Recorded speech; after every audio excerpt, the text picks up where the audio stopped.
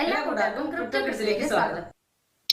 Crypto kids, അതെ, സമൂഹ ജനങ്ങളിൽ നിന്നും അപരാധങ്ങൾ മാത്രം ഏറ്റുവാങ്ങിക്കൊണ്ട് പ്രശ്നേഷ് മുന്നോട്ട് ജീവിച്ചുകൊണ്ടിരിക്കെ എന്താണ് പ്രശ്നേഷിന്റെ കുടുംബത്തിൽ സംഭവിച്ചത്? കഥാപ്രസംഗം സിമ്പിൾ അടിച്ച് കേൾക്കാനായിട്ട് പെട്ടെന്നുള്ള ഒരു ആവേശത്തിൽ അങ്ങനെ ആവേശിക്കണ്ട.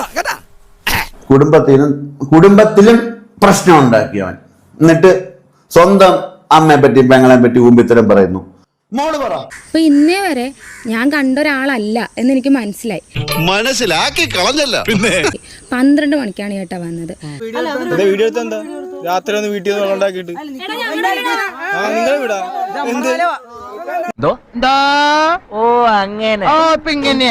റോഷൻ എന്തെങ്കിലും ലഹരി ഉപയോഗം അങ്ങനെ എന്തെങ്കിലും ഉണ്ടോ?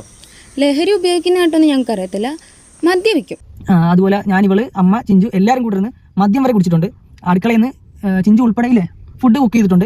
എന്നിട്ട് ആ സാധനം നമ്മൾ ടച്ചിങ് ആയിട്ട് ഫുഡ് കഴിച്ചിട്ടുണ്ട്, മദ്യപിച്ചിട്ടുണ്ട്. അപ്പൊ ഇത്രയൊക്കെ കാര്യങ്ങൾ ചെയ്തിട്ട് പിന്നെ മിസ്റ്റർ മുകുന്ദൻ, ഞാൻ നിങ്ങൾക്കൊരു ചെറിയ സർപ്രൈസ് തരാൻ പോവുകയാണ്. പ്ലീസ്. എന്തോ ആയിക്കോട്ടെ, സ്വന്തം പെങ്ങളെ പറ്റി അത് കണ്ടന്റ് ആണെങ്കിലും അത് റിയൽ ആയിട്ടാണെങ്കിലും ഇതൊക്കെ ഇവിടെ വന്ന് ഞങ്ങളോട് പറയേണ്ട കാര്യം എന്തുവാ മൈരേ? നമ്മളെ സംരക്ഷിക്കുന്ന മകൻ നമ്മളോട് ഇങ്ങനെ കാണിക്കുമ്പോൾ നമ്മൾ എന്തുവാ ചെയ്യേണ്ടത്? ഒരു പെങ്ങളെ കുറിച്ച് ഒരു ആങ്ങളമാരും ആരും പറയാത്ത വാക്കുകളാണ് പറയുന്നത്. അതൊന്നും എനിക്കറിയാൻ മേല. ഇങ്ങനെ എന്തെങ്കിലുമൊക്കെ പറയുമ്പോഴേ എന്റെ മനസ്സിനൊരു സന്തോഷം ഉണ്ടാവും. ഇപ്പം ചേട്ടൻ പറഞ്ഞാൽ അടുത്ത ഭാവിയെന്നൊന്നുമല്ല. ഞാനൊരു പെങ്കൊച്ച, എനിക്ക് ബസ്സിലെങ്കിലും പോണ്ടേ.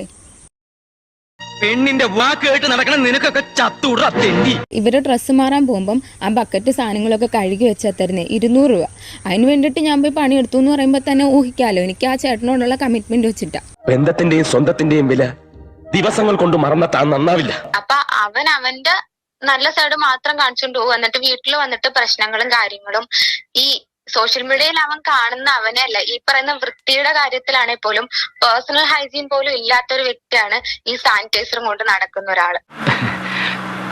ഒരു പരസ്പര ധാരണയുടെ അടിസ്ഥാനത്തിൽ പോകുന്നതാണ് നമുക്ക് രണ്ടുപേർക്കും നല്ലത്. അങ്ങനെ ധാരണയൊന്നും ഇല്ലാതെ ജീവിക്കാൻ പറ്റുമെന്ന് ഞാൻ നോക്കട്ടെ. ഇപ്പൊ അവന്റെ ഒരു സോഷ്യൽ മീഡിയ ഉണ്ട്. ഞങ്ങൾക്ക് അങ്ങനെ ഒരു സംഭവം ഇല്ല. ഞങ്ങൾ 2 സ്ത്രീകൾ മാത്രം ഒരു വീട്ടിൽ ഒറ്റപ്പെട്ട് കിടക്കുന്നത്. നമ്മുടെ വീട് പോലും അല്ലത്, പണയെ ഒരു വീട്ടിൽ ചെന്ന് കിടക്കുന്നത്. അപ്പോഴത്തേക്ക് അവൻ കാണിച്ച ആ പ്രവൃത്തിയുടേതാണ് അവനെ നാട്ടുകാർ ഓടിച്ചു വിട്ടത്. ആ അമ്മ ഉള്ളുരുകി തന്നെ ഒന്ന് ശപിച്ചാൽ ആ ശാപം ഒരു കാലത്തും തന്നെ വിട്ടുപോകില്ല, താൻ മരിച്ചാലും. അമ്മ, ഞങ്ങളിപ്പം വഴക്കിടാത്താണോ പ്രശ്നം? ഞങ്ങളിപ്പോ സ്വസ്ഥമായിട്ടൊന്ന് ജീവിച്ച് തുടങ്ങിയതാണോ പ്രശ്നം? അമ്മച്ചിക്ക് ഇത്രയും കാലം ഒരു നല്ല ദാമ്പത്യം കിട്ടാത്തതിന്റെ കുശുമ്പാണോ ഈ കാണിക്കുന്നതെന്ന് ചോദിച്ച്. എന്തിനാണോ ഇങ്ങനെയുള്ളതിനൊക്കെ ഉണ്ടാക്കുന്നത്? സ്വന്തം അമ്മയുടെ അടുത്ത് നല്ലൊരു ദാമ്പത്യ ജീവിതം കിട്ടാത്തതിന്റെ അതുകൊണ്ടാണല്ലോടാ മൈര നീ ഇങ്ങനെ വന്ന് മൊബൈലും തൊലിച്ചു വെച്ചിരുന്ന് പറയുന്നേ.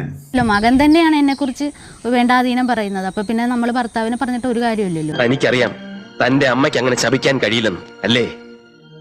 ആ മനസ്സ് മുഴുവൻ സ്നേഹമാണോ, മക്കളോടുള്ള സ്നേഹം. അവന് പൈസക്ക് വേണ്ടിട്ടോ കണ്ടന്റിന് വേണ്ടിട്ടോ ഇത്രയും മോശക്കാരിയൊക്കെ ചിത്രീകരിക്കാവോ? സത്യമാണെങ്കിലും കള്ളമാണെങ്കിലും കണ്ടന്റിന് വേണ്ടിയിട്ടാണെങ്കിലും സ്വന്തം അമ്മയും സ്വന്തം പെങ്ങളെ പറ്റി ഒന്നും അങ്ങനെ ആൾക്കാരുടെ മുമ്പിൽ നിന്ന് പറയുന്നത് നല്ല ഒരു ഇതായിട്ട് എനിക്ക് തോന്നുന്നില്ല. അപ്പൊ അത്ര വിഷമുള്ള ജാതിയല്ല. ഇവനെ പറഞ്ഞിട്ടും കാര്യമില്ല. ഇവൻ ഇനി ഇതെടുത്ത് വെച്ചിട്ട് അവന്റെ പേജിൽ ചൊരത്തും. കാരണം അവൻ നാണമില്ലാത്തൊരു മൈരനാ. ഞാൻ പന്നി പറ.